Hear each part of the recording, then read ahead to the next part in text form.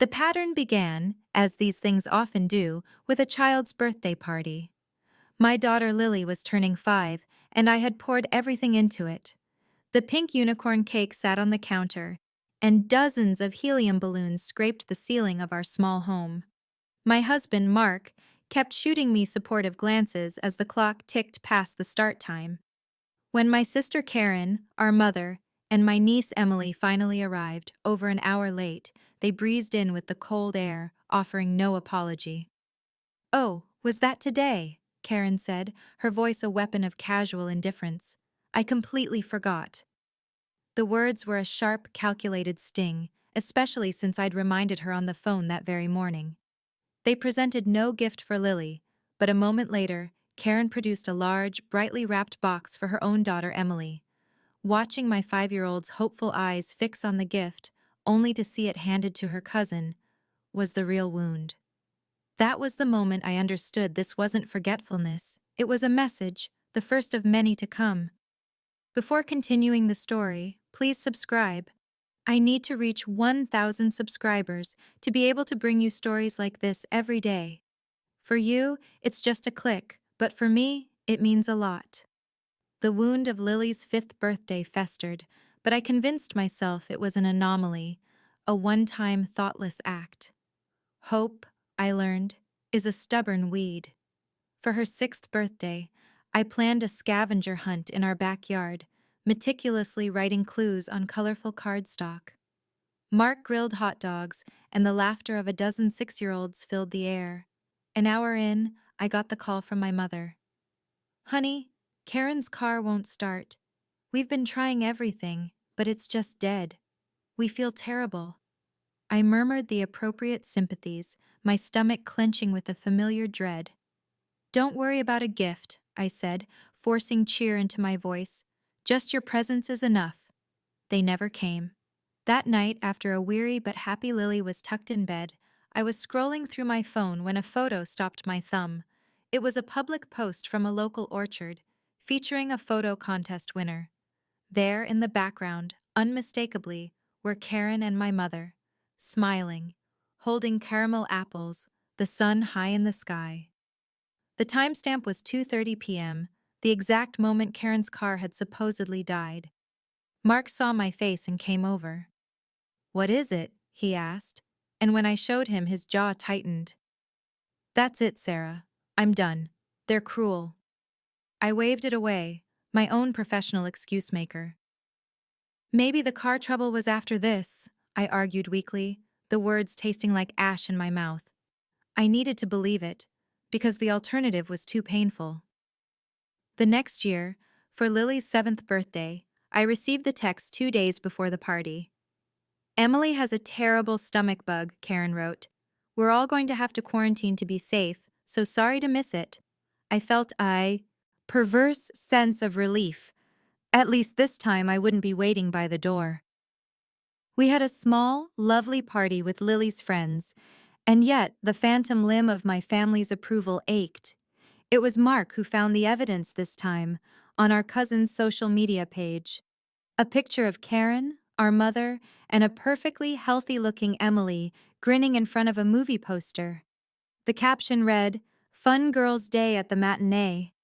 The lie was so blatant, so lazy, it felt like a direct insult to my intelligence. "How long, Sarah?" Mark asked that night, his voice devoid of anger, just filled with a deep, weary sadness for me. "How long are you going to let them treat you and our daughter like an afterthought?" By Lily's 8th birthday, even she was starting to understand.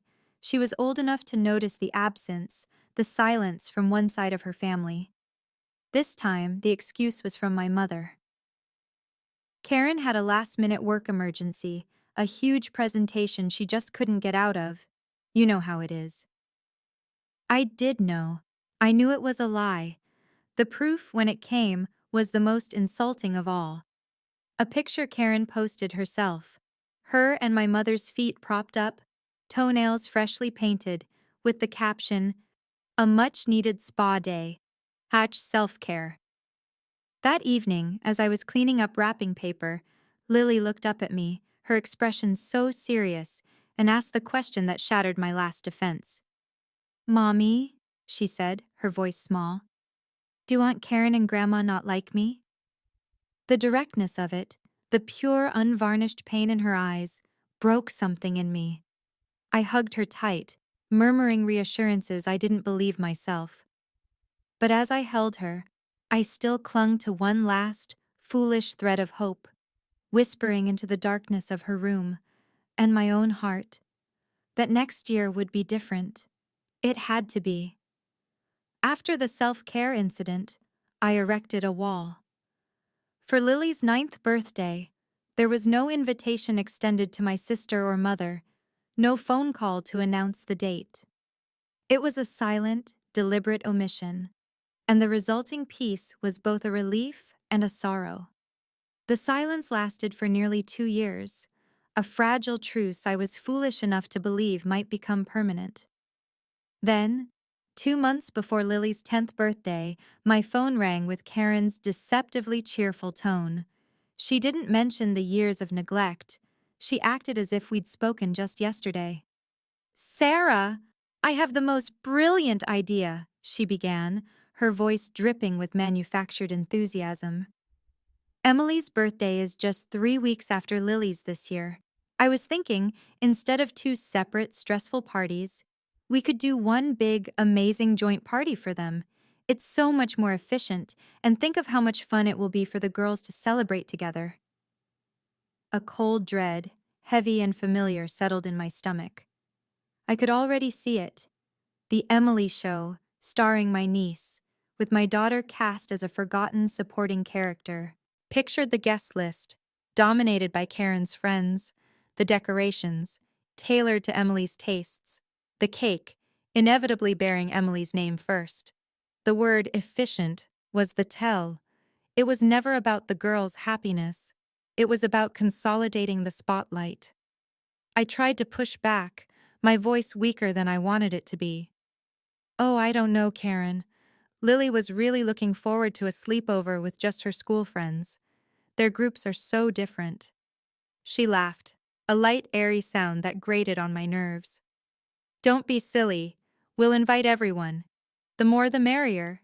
It would mean so much to Mom to see her granddaughters together. You're overthinking it, Sarah." Defeated, I played my last card, hoping for a flicker of maternal protection. I hung up with a non-committal excuse and immediately called our mother. I laid out my anxieties, my voice pleading for understanding. "Mom, Karen wants to do a joint party, and I just know Lily will get lost in the shuffle. You know how Emily, she tends to take over." The line was silent for a moment before my mother sighed, a sound of pure, unadulterated disappointment in me. "Sarah, for heaven's sake, you are being far too sensitive," she said, her tone sharp and clipped. "It's a wonderful, practical solution. Karen is trying to include you, to bring the family together, and you're looking for problems. Do not create drama where there is none." Her words were a final, definitive blow. I was not just being sensitive. I was the problem. I was the creator of drama. I was the ungrateful one for not appreciating this gesture of inclusion. I felt utterly cornered, trapped between Karen's aggressive planning and my mother's complete dismissal of my feelings. Later that day, I called Karen back. "Okay," I said, the word a tiny white flag of surrender.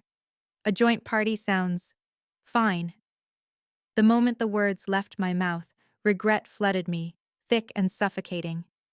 I hung up the phone and stood in the silent kitchen, the hum of the refrigerator roaring in my ears. Mark found me there an hour later, staring at nothing. When I told him, the look on his face wasn't anger, but a profound, sorrowful resignation. "You know exactly what's going to happen, don't you?" he said softly. I did. I had just RSVP'd yes to my own daughter's heartbreak. The venue Karen chose was a cacophony of manufactured joy, a sprawling complex of neon lights, shrieking arcade games, and the cloying smell of stale popcorn. It was a place designed for Emily, loud, flashy, and demanding of all attention. My heart sank the moment we walked in. Lily, clutching my hand, seemed to shrink beside me. The first and most obvious wound was the cake. It sat on a central table, a monument to my sister's priorities. It was a massive, multi-layered confection, and in swirling pink and purple icing, it read, "Happy 10th birthday, Emily and Lily." My niece's name was rendered in huge, elaborate cursive, surrounded by sugar flowers and edible glitter. Lily's name was an afterthought, squeezed in below in a small, plain font, as if the decorator had run out of space and enthusiasm. My mother noticed me staring at it and patted my arm condescendingly. "It's lovely, isn't it? So efficient to get just one." The party unfolded exactly as I had foreseen. Karen and my mother acted as social directors, steering every guest, every conversation toward Emily. "You have to see the new dance routine Emily learned," my mother would exclaim. "Karen, tell them about Emily's award in the science fair." Lily made a few brave attempts to connect with her cousin, only to be brushed aside as Emily was pulled away to be the center of another admiring circle. I became my daughter's shadow, a one-woman defense system, trying to shield her from the constant, casual dismissals. But it was impossible to block it all. The climax, as it was always designed to be, was the gift-opening ceremony. Karen sat Emily in a throne-like chair and piled a mountain of brightly wrapped presents at her feet. Not a single one was addressed to Lily. For 20 agonizing minutes, we watched Emily tear through gift after gift. Designer clothes, expensive electronics, tickets to a concert. Through it all, Lily sat beside me on a folding chair, her smile growing more brittle with each passing moment. Then came the grand finale. My mother stepped forward, holding an enormous, perfectly wrapped box. "This is from Grandma," she announced to the room. Emily ripped it open to reveal a brochure and a glossy certificate for a 2-week, all-inclusive summer pony riding camp. An astonishingly expensive gift. The room erupted in oohs and ahs. Then, almost as an afterthought, my mother turned to Lily. She pulled a small, plain white envelope from her purse. "Here you are, dear," she said, her smile tight. Inside was a generic gift card to a national bookstore chain. I saw the amount printed in small black numbers, $25. It wasn't the value, it was the deafening statement of her perceived worth. Lily didn't make a sound. Her face just crumpled, a silent, devastating collapse of a 10-year-old's hope. She looked at the plastic card, then at her cousin posing with the pony camp brochure, and a single tear traced a path down her cheek. She slid off her chair and ran, disappearing behind a towering, inflatable slide. That was it. The dam of my restraint broke. I walked directly to my sister and mother, my entire body vibrating with a rage I hadn't felt in years. "How could you?" My voice was low, shaking. "How could you deliberately humiliate my daughter in front of everyone?" Karen scoffed, rolling her eyes. "Oh, stop it, Sarah. Don't make a scene. You're just jealous of everything Emily has." My mother nodded in agreement. "She's right. You are creating drama out of nothing. Lily got a perfectly lovely gift." Before I could unleash the decade of fury pent up inside me, Mark was there. He placed a firm hand on my shoulder, his face a mask of cold fury. He didn't even look at my mother or sister. He looked at me. "We're leaving," he said, his voice a low command. He walked past them, found Lily huddled and sobbing behind the slide, and gently scooped her into his arms. The car ride home was a vacuum of sound, filled only by the heartbreaking hitch of Lily's quiet cries from the back seat.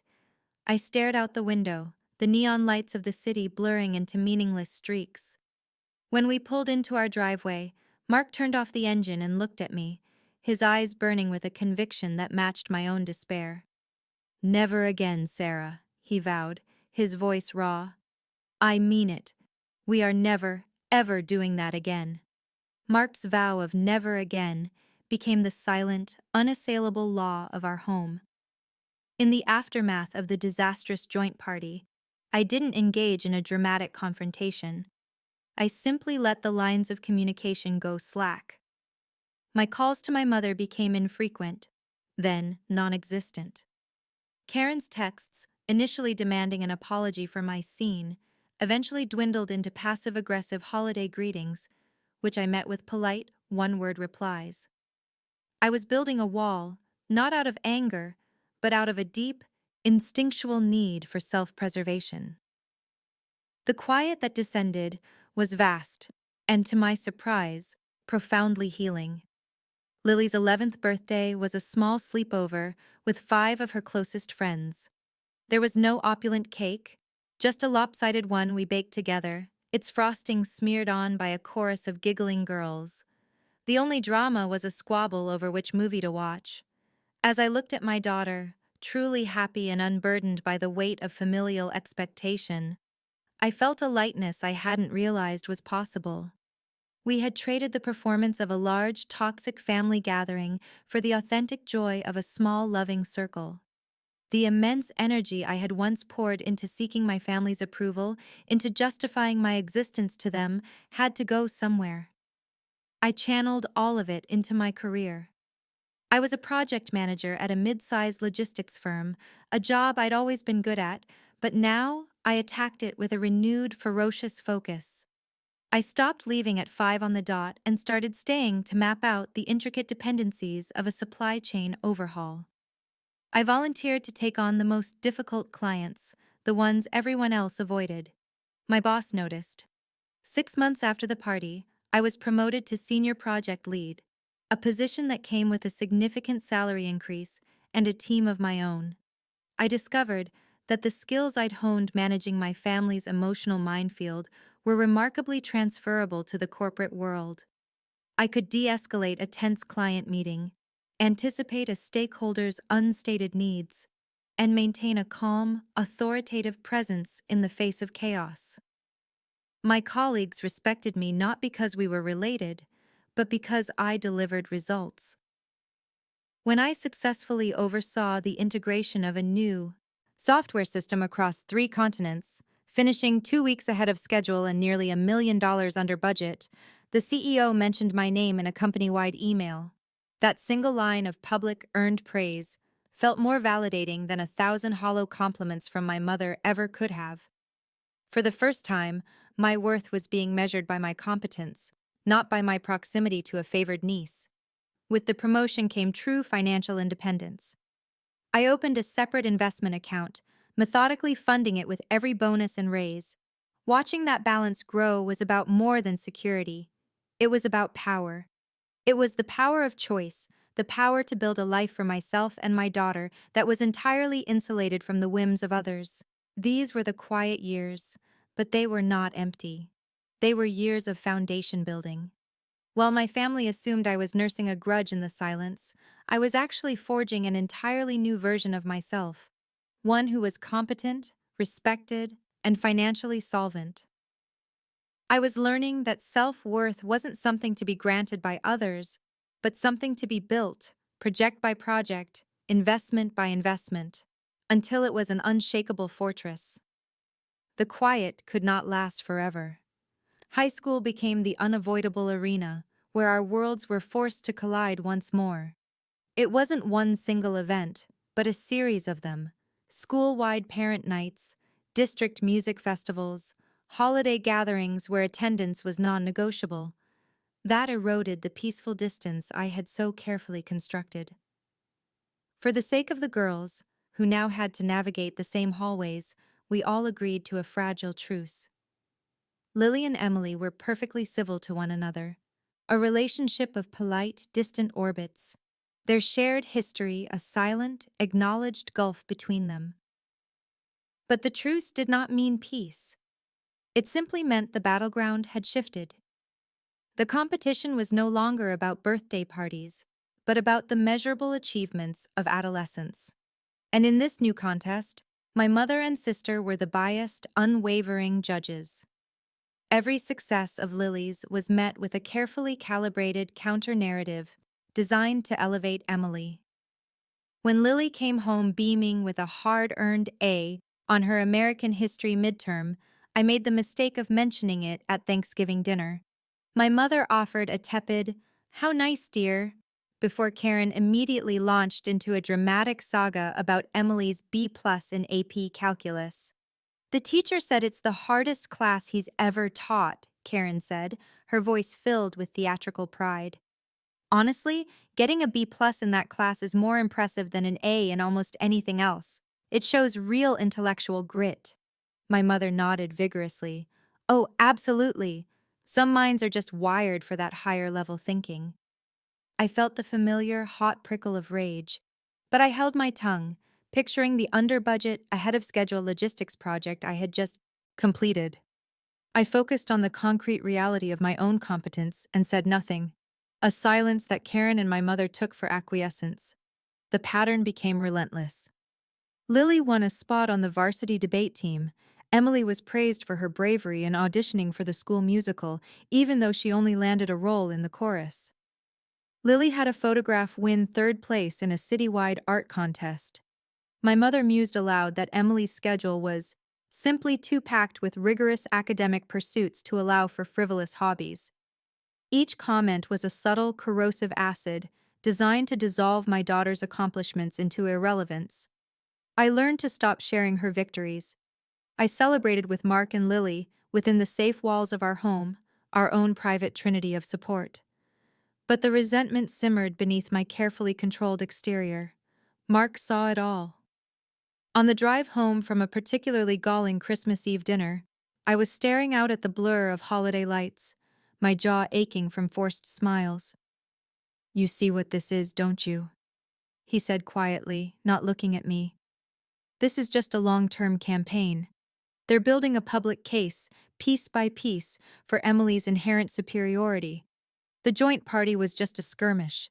They're waiting for the big one, Sarah. They're just biding their time until the next major event where they can put everyone in their proper place. They need an audience for their final verdict." I didn't answer, because I knew he was right. The quiet years hadn't been a piece. They had been an intermission, and the final act was still to come. The final act began, as I knew it would, with a phone call. It was a Tuesday afternoon in April. The sky outside my office window a promising shade of blue. Senior year was winding down for Lily, a whirlwind of final projects and college application deadlines. And for the first time in a long time, the future felt bright and unencumbered. Then Karen's name flashed across my screen, and a familiar, icy dread trickled down my spine. I let it ring twice before answering, schooling my voice into a neutral tone. "Sarah, you are not going to believe the news." Her voice was a firework of forced excitement. Before I could even respond, she plunged ahead. "I've done it. I've booked the venue for the girls' graduation party, and it is spectacular. I managed to get the Grandview Gardens." She paused, letting the name hang in the air. The Grandview Gardens was the kind of place where senators held fundraisers and surgeons' daughters had their wedding receptions, a local bastion of old money and understated elegance, famous for its waterfall terrace and impeccable service. The implication was clear. This was an event of significance. I felt the air leave my lungs. "The girls' party?" I asked, my voice dangerously quiet. "Oh, absolutely," she barreled on, ignoring my tone. "It would be utterly ridiculous to have two separate parties. Our guest lists are practically identical, and this is a moment for the whole family to celebrate. I've decided we'll do a joint celebration. It's the only thing that makes sense." It wasn't a suggestion. It wasn't a question. It was a decree.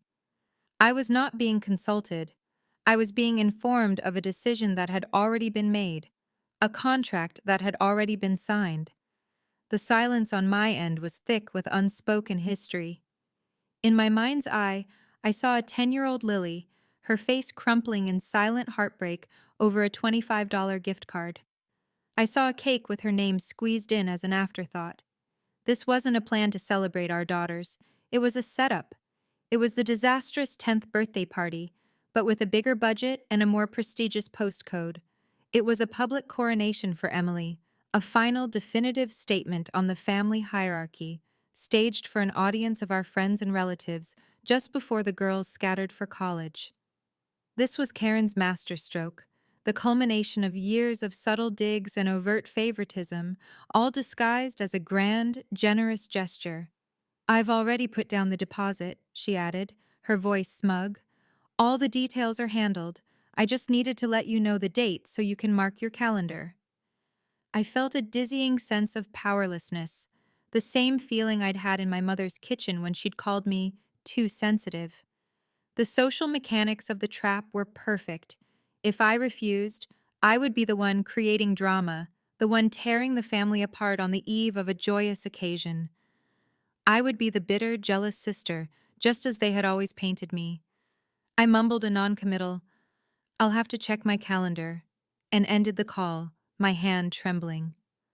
That night, I told Mark. His reaction was instantaneous and explosive. "Absolutely not," he said, his face hardening. "We are not putting Lily through that again. I don't care what they say. We will throw our own party." But I knew it wasn't that simple. This wasn't just a party. It was the final verdict, and Karen had appointed herself the judge. My family wasn't just biding their time anymore. They had scheduled the execution. For 2 weeks, I lived in a state of suspended dread, avoiding Karen's follow-up texts and my mother's probing calls about my lack of enthusiasm. I operated on the foolish hope that my silence would be interpreted as a soft refusal, that they might, for once, take the hint. That hope was obliterated on a Thursday evening. I was sitting at my kitchen table, reviewing a complex project timeline for work, when my phone buzzed. It was Karen. I braced myself for another guilt-laden monologue and answered with a clipped, professional, "Hello, Karen." There was no fake cheer in her voice this time. It was replaced by a brisk, unnervingly efficient tone, the one she used when dealing with contractors or service people. "Sarah, good. I was just finalizing the numbers with the Grandview, and I need to settle up the contributions," he began, the word contributions landing with a sterile thud. "I've been crunching the numbers to make sure everything is perfectly fair, and I have your final figure." I stayed silent, a knot of ice forming in my gut. I had no idea what was coming, but I knew it would be a new and inventive form of cruelty. "So," she continued, her voice devoid of any emotion, "the total cost per head, including the venue fee, catering, and gratuity, comes out to $95. I've counted up your guests, you, Mark, Lily, your two aunts, Mark's parents, and so on. It's a total of 20 people from your side." She paused, and I could hear the faint click of a pen, as if she were checking off a list. 20 people at $95 each comes to exactly $1,900. You can just write me a check, or an e-transfer would be fine too. I'll need it by the end of next week to pay the final invoice.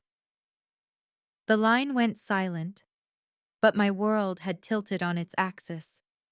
I couldn't form a word. My mind was scrambling, trying to process the sheer, breathtaking audacity of it. This wasn't a sister asking a sister to split the cost of a family party.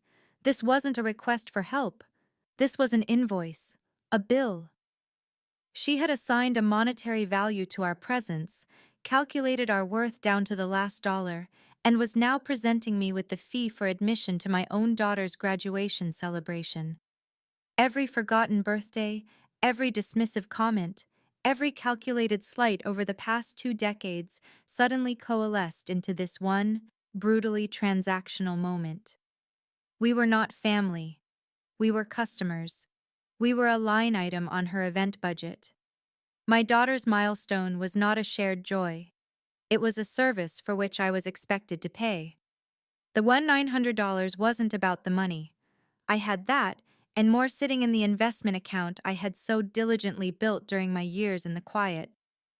It was about the cold, hard message it sent. Your participation is conditional. Your place here is not guaranteed by love or blood, but by payment. She had finally done it. She had found a way to quantify our worthlessness. My breath hitched. "Sarah? Did you hear me?" Karen's voice was impatient now, the voice of a creditor demanding payment from a delinquent account. It's 1900. I opened my mouth, but no sound came out. I felt a strange detachment, as if I were floating above my own body, watching a woman I barely recognized sit stunned in her quiet kitchen. Finally, I managed to whisper a single, broken phrase. I have to go. I hung up the phone before she could reply, the plastic of myself feeling impossibly heavy in my hand.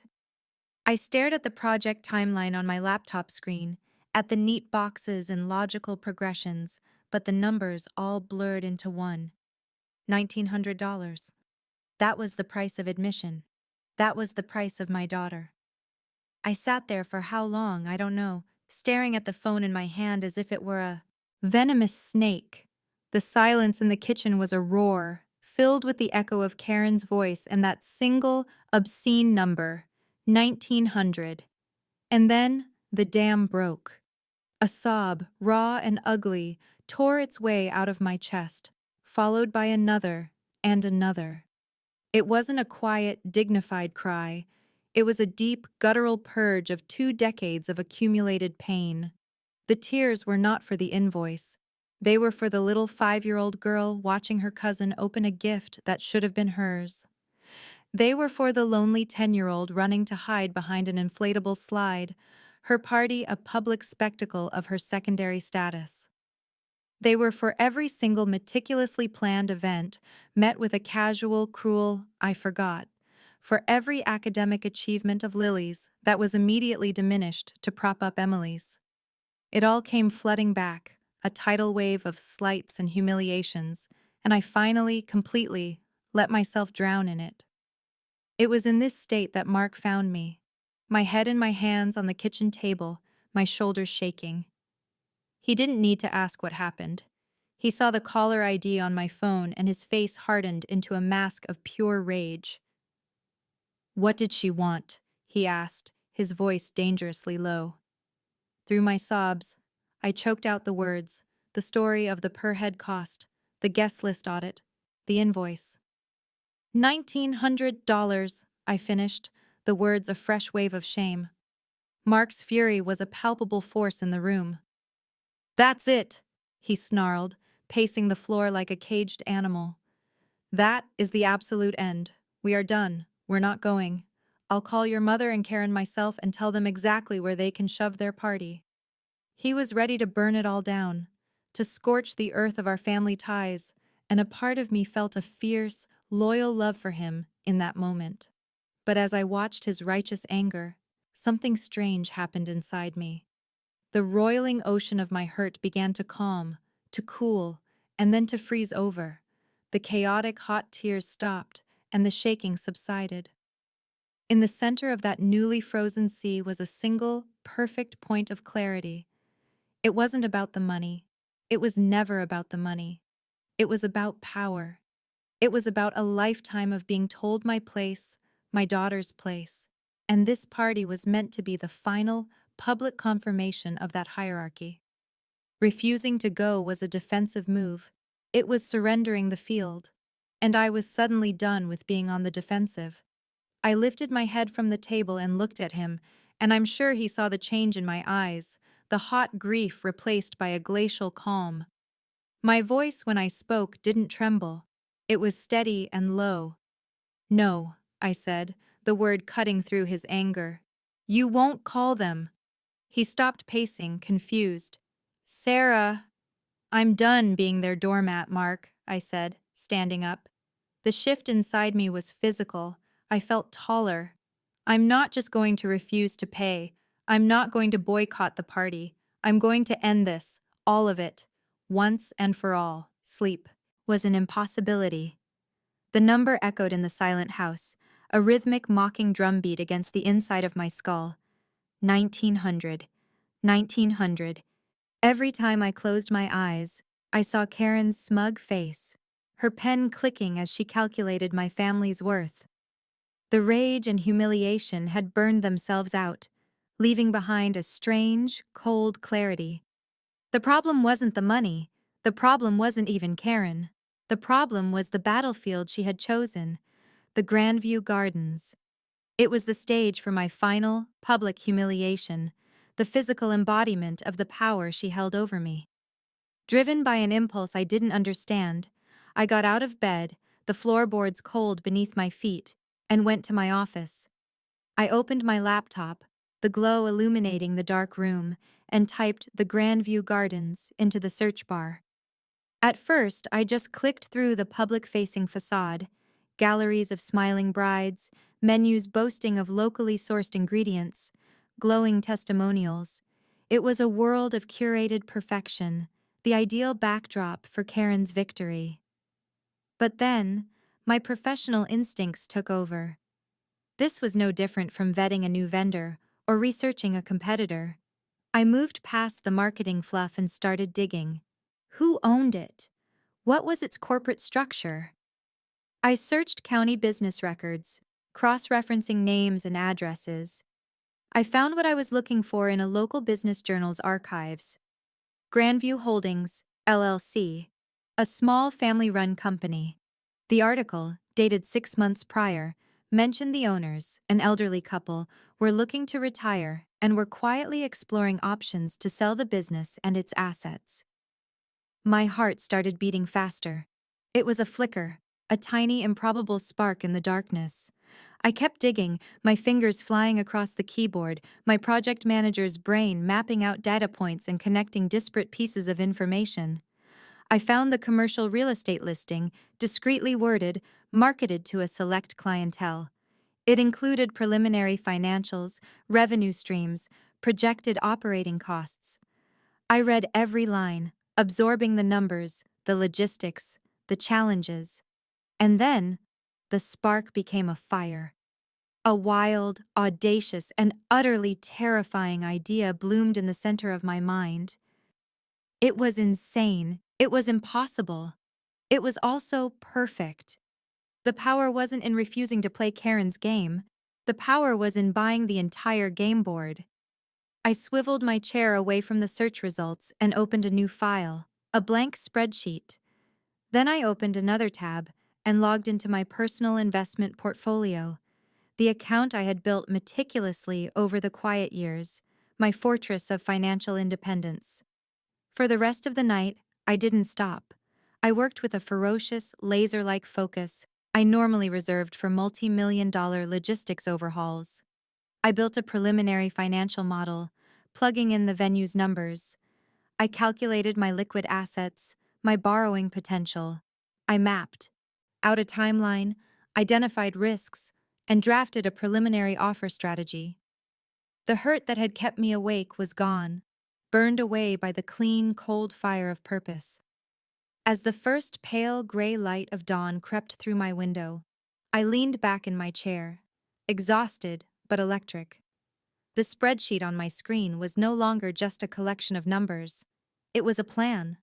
It was the first concrete step in a project whose sole deliverable was my own liberation. The spreadsheet I built in the pre-dawn hours was not a fantasy. It was a blueprint.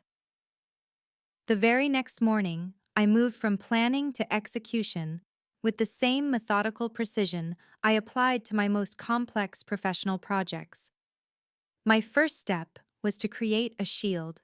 I spent an hour online and with my corporate attorney to establish a new anonymous LLC, Northwood Asset Management, a name so bland and unremarkable it was practically invisible. This entity, not Sarah Miller, would be the one making the inquiries. My next calls were to a commercial real estate agent and a different lawyer, both chosen for their reputations for ironclad discretion.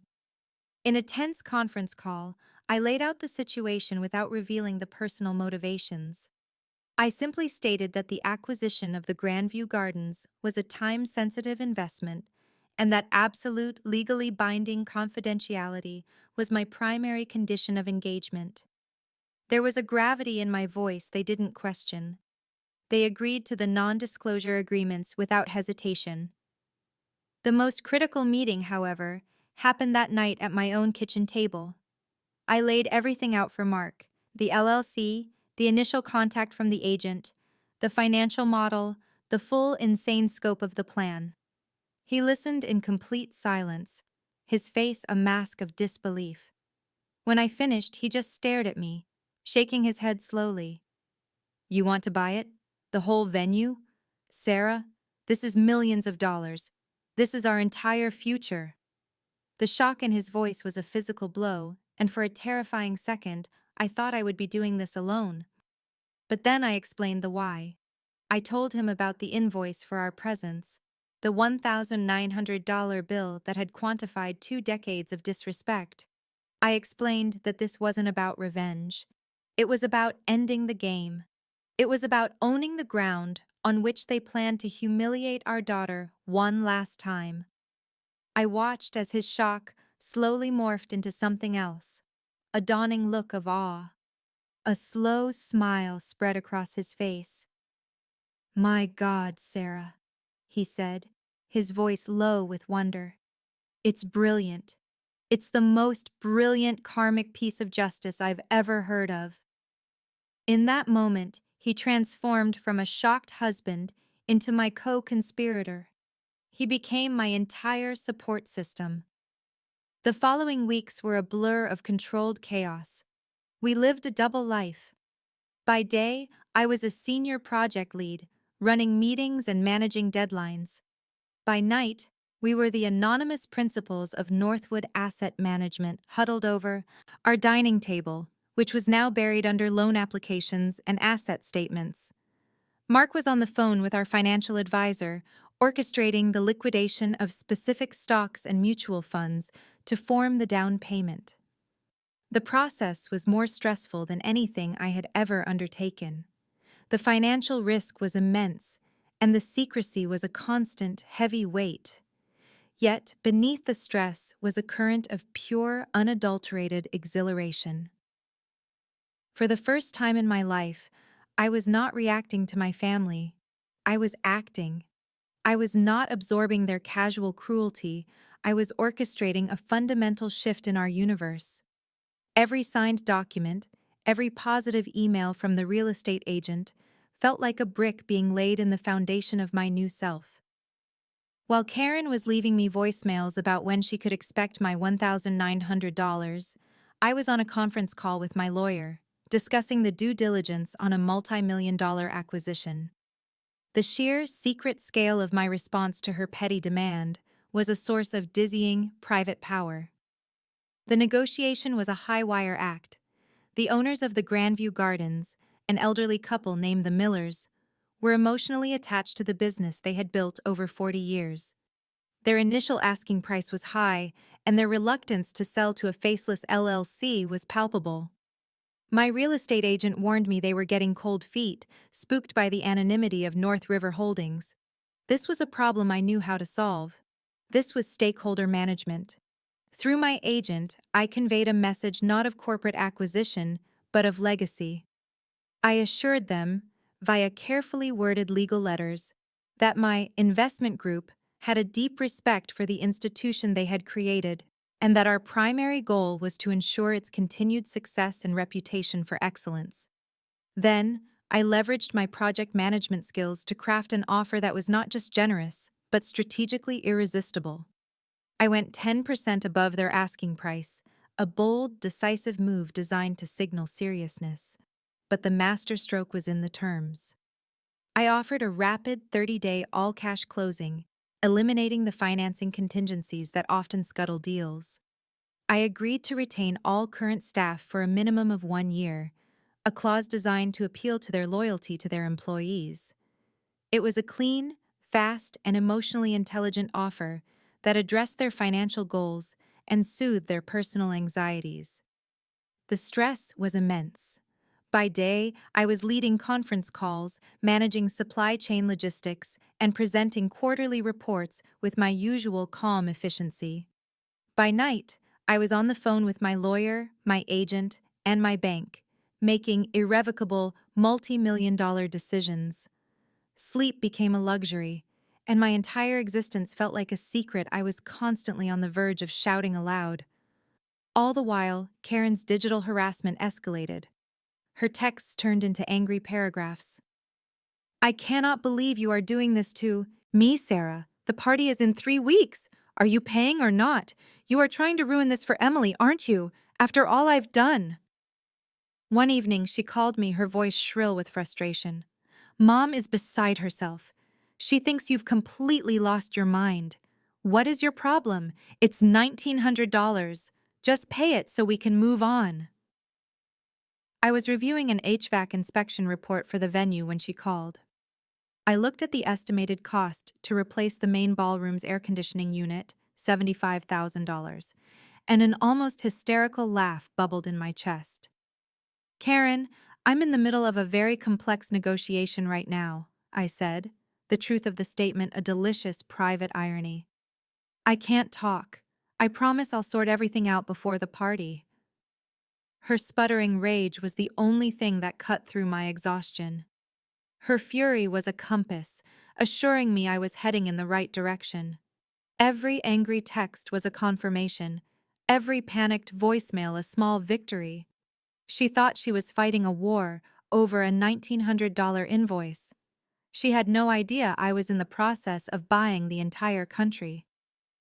The closing took place on a sterile Tuesday morning in a downtown law office that smelled of expensive leather and old paper. The final moments were an anticlimax of paperwork, a flurry of signatures on documents whose titles blurred into an incomprehensible stream of legalese: asset purchase agreement, deed of trust, bill of sale. Mark sat beside me, his hand a warm, steady presence on my knee, the only real thing in a room that felt like a dream. When my lawyer slid the final document toward me, the one transferring the deed, my hand trembled slightly as I signed my name, not Sarah Miller, but as the authorized signatory for Northwood Asset Management. And then it was over. The selling party's attorney stood up, shook my hand with a professionally warm smile, and handed me a small, heavy ring of keys.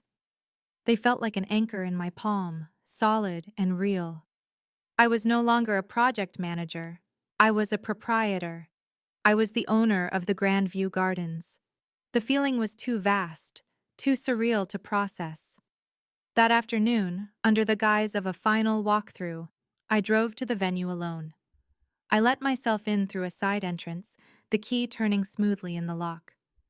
The building was quiet, caught in the lull between a lunchtime event and the evening's preparations. I walked through the manicured gardens, past the famous waterfall terrace where Karen no doubt envisioned herself holding court. I entered the main ballroom, the site of the planned execution, and the sheer scale of what I had done finally hit me. The room was cavernous, empty chairs stacked against walls lined with silk damask. Sunlight streamed through the floor-to-ceiling windows, illuminating a galaxy of dust motes dancing in the air. This was the stage. Right there, by the French doors, was where Karen would have her grand gift table for Emily. That corner was where my family would have been seated, at a less prominent table, and in the center of the room, on that polished dance floor, was where my daughter was meant to feel small. I stood in the middle of it all, the keys still clutched in my hand, and I felt not rage, not triumph, not even satisfaction, but a profound and absolute peace. The decades of slights and hurts seemed to shrink, rendered insignificant by the sheer physical reality of the space I now commanded. The power wasn't in the money I had spent, it was in the silence, in the ownership of the very ground beneath my feet. My final task for the day was a meeting with the venue's longtime event manager, a poised and professional woman named Diane. I introduced myself as the representative for the new ownership. I was calm, clear, and direct. I told her the transition would be seamless and that her position, and that of her staff, was secure. Then I gave my first official directive.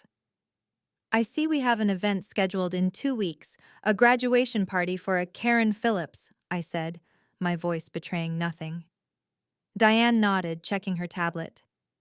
Yes, that's right, a joint party for her daughter and her niece. Excellent, I said, my tone unchanging. You will ensure that Ms. Phillips's event proceeds exactly as planned.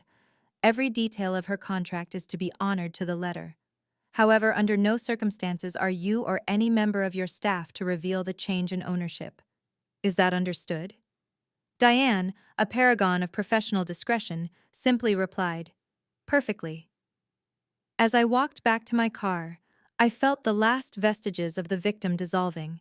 I was no longer a pawn in my sister's game. I was the architect of an entirely new one.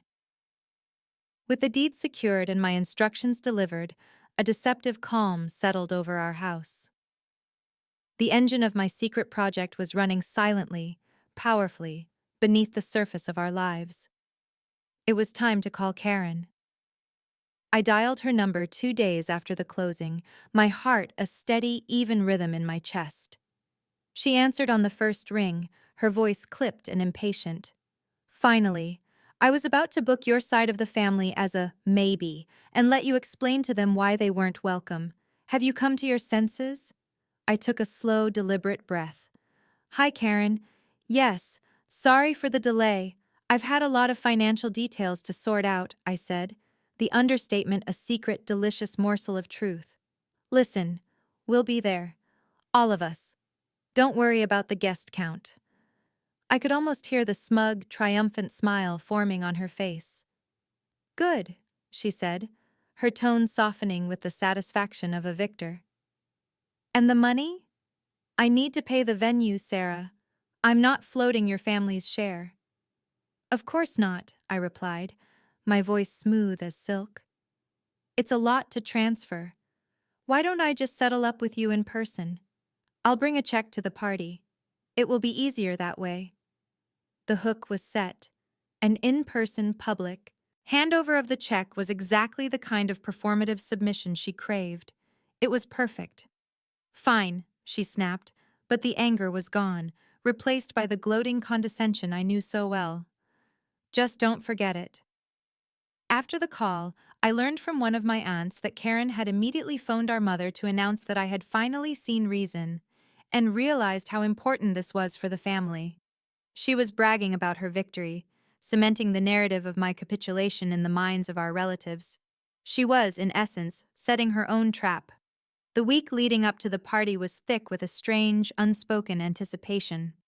I sat down with Lily, choosing my words carefully. "Honey, the graduation party is going to be a little different," I told her. "Aunt Karen and Grandma might be their usual selves, and there could be some drama, but I need you to trust me completely. No matter what happens, I need you to know that your dad and I are prouder of you than we could ever say, and we have your back. Can you do that for me?" She looked at me, her eyes full of the quiet wisdom she had earned through years of observation, and nodded. "Okay, Mom. I trust you." Mark and I moved like co-conspirators in our own home, sharing knowing glances over dinner, a silent, shared understanding of the seismic event we were about to trigger. I bought a new dress, an elegant sheath in a deep, powerful shade of cobalt blue. It was the armor for the final battle. The day before the event, I had one last, brief phone call with Diane, the venue manager. We didn't speak in code. We spoke the clear, concise language of logistics. I confirmed the timing of her cue. I verified the placement of certain key staff members.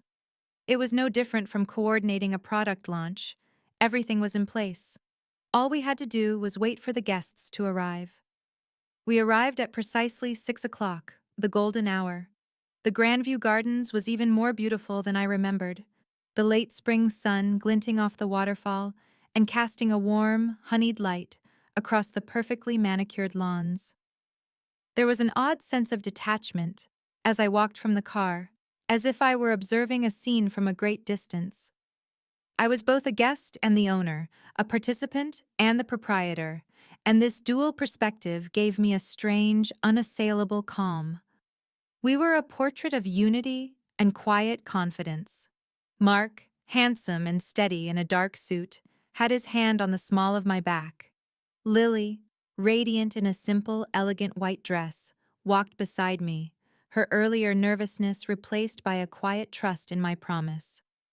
My own cobalt dress felt less like clothing and more like a statement of intent. The moment we stepped onto the terrace, we were intercepted. Karen and my mother descended upon us, their faces wreathed in identical, triumphant smiles. They looked us up and down, their eyes lingering for a moment on our coordinated elegance, a flicker of surprise in their expressions before the smugness returned. "Sarah, you made it!" my mother trilled, kissing the air beside my cheek. Karen didn't bother with pleasantries. Her eyes, sharp and predatory, locked onto mine. "There you are," she said, her voice a low, proprietary murmur meant only for me. "Don't forget you owe me $1,900. I want that check before the speeches start. I've got the final bill from the venue right here." She patted her designer clutch, a clear, unmistakable gesture. She was a creditor, and I was the debtor she had finally cornered. I gave her a small, placid smile. "Don't worry, Karen. I haven't forgotten. We'll settle up." I let my gaze drift past her, surveying the scene she had so carefully constructed. It was exactly as I had imagined. The ballroom was filled with a mix of our extended family and Karen's wide circle of friends. A long table near the entrance was laden with gifts, all of them, I noted, addressed to Emily. Dominating the wall behind the small stage was a massive, professionally printed banner that read, "Congratulations, Emily. The future is bright."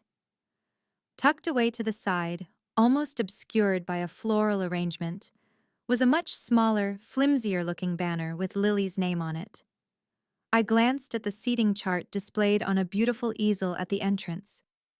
Just as I suspected, Karen and her family were at the center table, number 1, directly in front of the stage. My family, Mark, Lily, and I, along with my aunts and Mark's parents, were assigned to table 9, in a far corner near the service entrance. Everything was in its place. The audience was assembled, the stage was set. She had handed me the script, and all I had to do was follow it to her perfectly planned, humiliating conclusion. We made our way through the mingling crowd to the Siberia of table 9, tucked away near a door marked "Staff Only." Mark pulled out my chair, his expression a mask of stoic neutrality, but I could feel the tension in his hand as he squeezed my shoulder. For about 20 minutes, we engaged in polite small talk with my aunts, a performance of normalcy that felt utterly surreal. I sipped my water, watching Karen work the room, the proud hostess of an event meticulously designed to celebrate herself through the proxy of her daughter. I saw her glance our way several times, her expression growing more impatient with each passing minute. She was waiting for the perfect moment, the perfect audience. Then, I saw her move. She gathered our mother, 2 of our aunts, and a cousin, creating a small, influential tribunal. With her entourage in tow, she began to walk toward our table, her steps deliberate and full of purpose. The casual chatter around us seemed to quiet as they approached, a subtle shift in the room's energy that others could sense. This was not a social call. This was a reckoning. She stopped directly in front of me, her audience fanned out behind her, their eyes all fixed on me. She held her clutch in front of her, like a shield. "Sarah," she said, her voice pitched just loud enough for the entire table and several nearby guests to hear clearly. "The speeches are about to start, and I'd like to get this unpleasantness out of the way." She paused, letting the weight of her words settle, ensuring she had everyone's complete attention. "Time to pay up." She opened her purse and pulled out the venue invoice, holding it up as if it were evidence in a trial. "You wouldn't want to be here for free, would you?" The humiliation was exquisite in its design. It was public. It was transactional. It positioned me as a freeloader, a deadbeat sister who had to be shamed into honoring her debts. I could feel my aunts shifting uncomfortably. My mother wore an expression of stern approval. Mark's hand, under the table, gripped mine tightly. This was it, the breaking point she had engineered. I felt a strange, almost serene calm wash over me. I looked at the invoice, at her smug, expectant face, at the circle of judging relatives, and I felt nothing but the quiet hum of a powerful engine waiting to be engaged.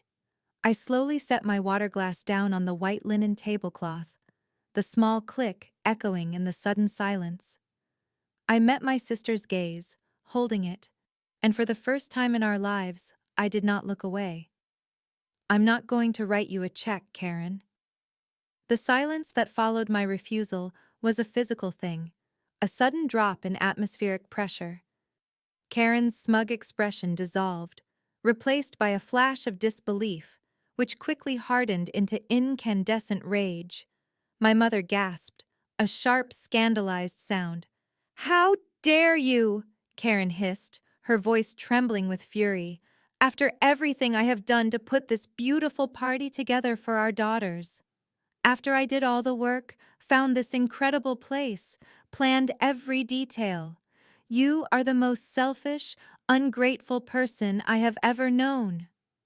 She was playing to her audience, her voice rising in volume, ensuring that everyone at the surrounding tables could hear my betrayal.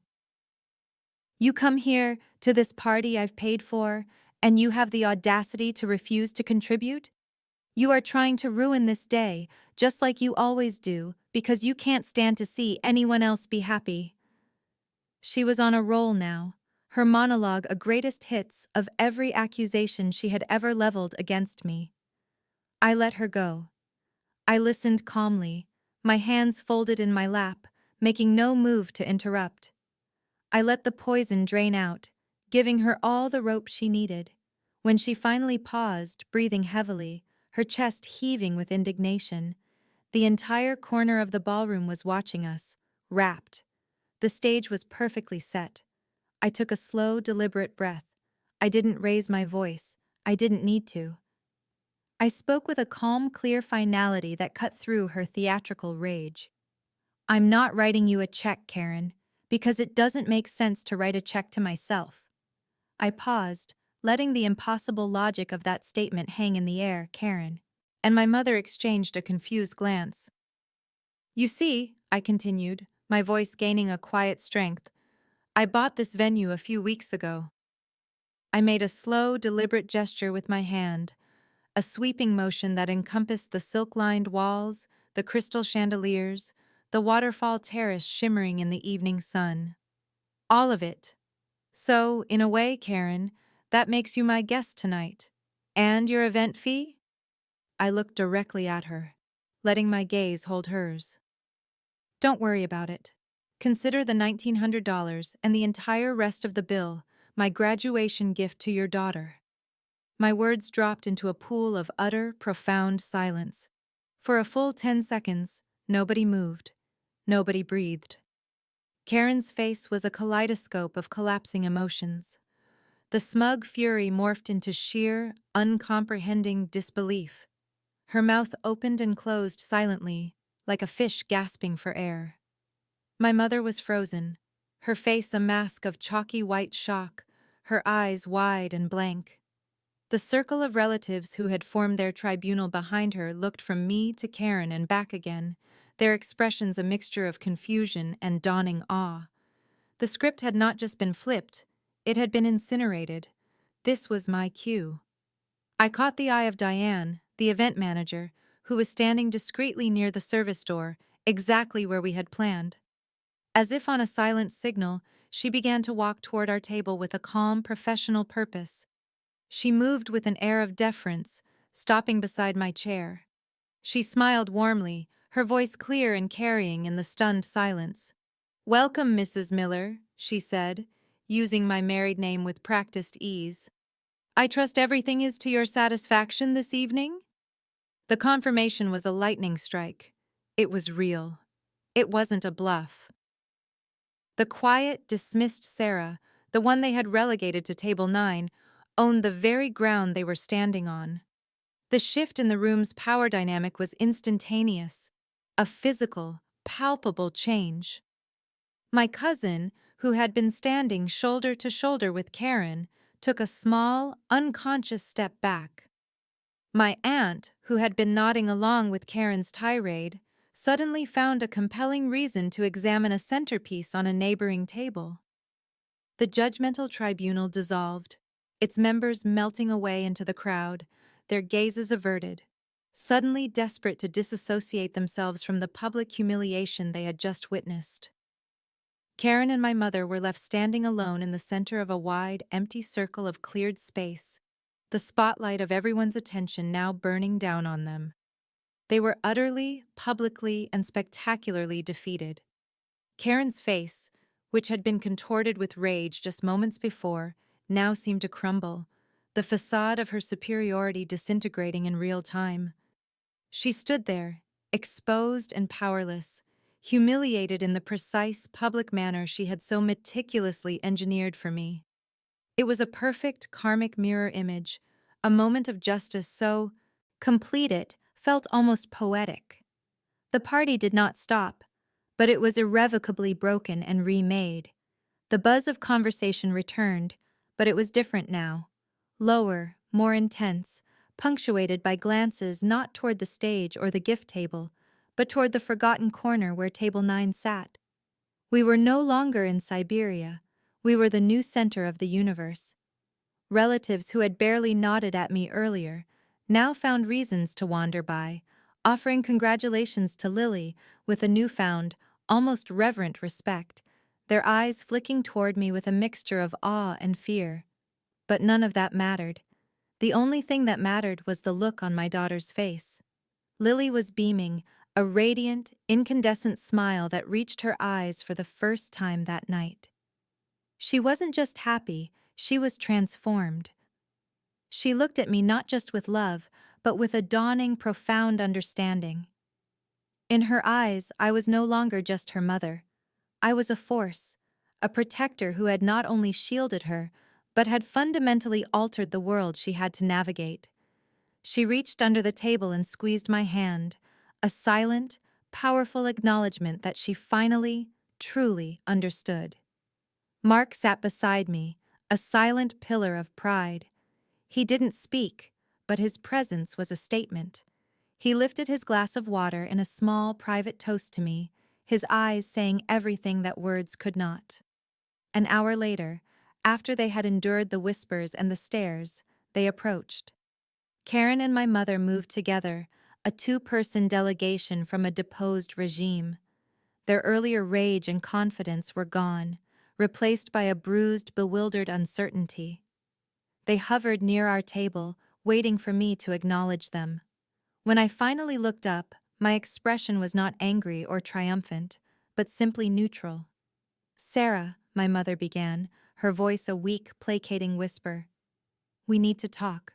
We don't understand." Karen, for the first time in her life, seemed to have no words, her face a pale mask of confusion. I held up a hand, a small gesture that stopped them in their tracks. I did not invite them to sit. "There's nothing to understand," I said, my voice calm and low, for their ears only. Today, all debts were settled. The financial ones and the emotional ones. All of them. They stared at me, waiting for more. For an explanation, for a fight, for something familiar. I gave them nothing but the new, unshakable truth.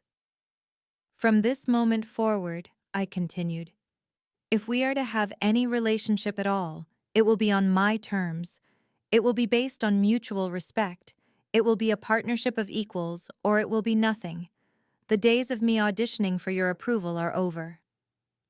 I let the words sink in, a declaration of independence delivered not in anger, but as a simple, non-negotiable statement of fact.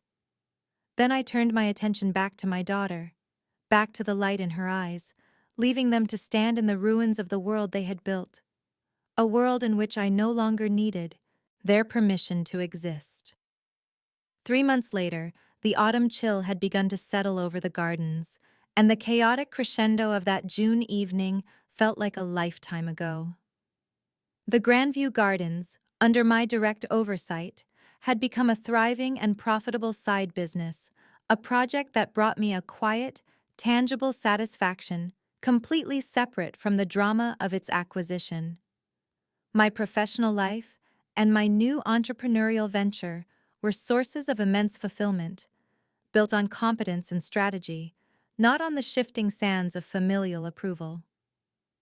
The contact with my sister and mother was minimal, reduced to a handful of clumsy, transparent attempts at reconciliation.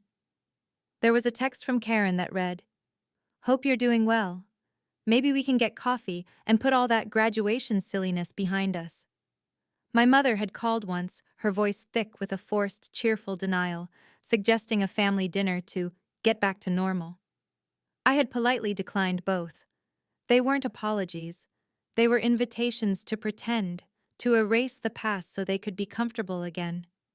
But I was no longer in the business of managing their comfort. I had drawn a new boundary, not with anger, but with the quiet, unbreachable firmness of a locked door. The true resolution, the real victory, came on a quiet Tuesday night. The three of us were gathered in the living room, the air filled with the scent of pizza and the nervous energy of a teenager about to open her future. Lily sat cross-legged on the floor, her laptop open, her finger hovering over the mouse. She clicked, held her breath, and then a wide, disbelieving smile spread across her face. "I got in," she whispered, her voice cracking with emotion. "I got into my dream school." In that instant, all the noise of the past fell away. Mark and I enveloped her in a hug, the three of us a tight, unshakable unit of pure joy.